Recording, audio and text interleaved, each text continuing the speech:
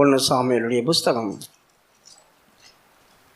15வது அதிகாரம் 2வது வசனம். 1 சாமுவேலுடைய புஸ்தகம் 15வது அதிகாரம் 2வது வசனம். சேனைகளின் கர்த்தர் சொல்லுகிறது என்னவென்றால், இஸ்ரவேலர் எகிப்திலிருந்து வந்தபோது அமலேக்கு அவர்களுக்கு வழிமறித்த செய்கையை மனதிலே வைத்திருக்கிறேன். கீழுள்ள வசனம்.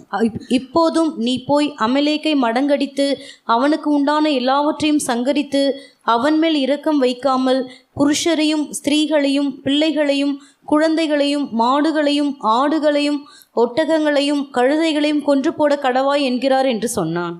பிரியமானவர்களே, இஸ்ரவேல் ஜனங்கள் எகிப்திலிருந்து வெளியே வரும்போது அவர்களை வழிமறைத்தான். இவன் தன்னுடைய சொந்த தேசத்துக்குள்ளே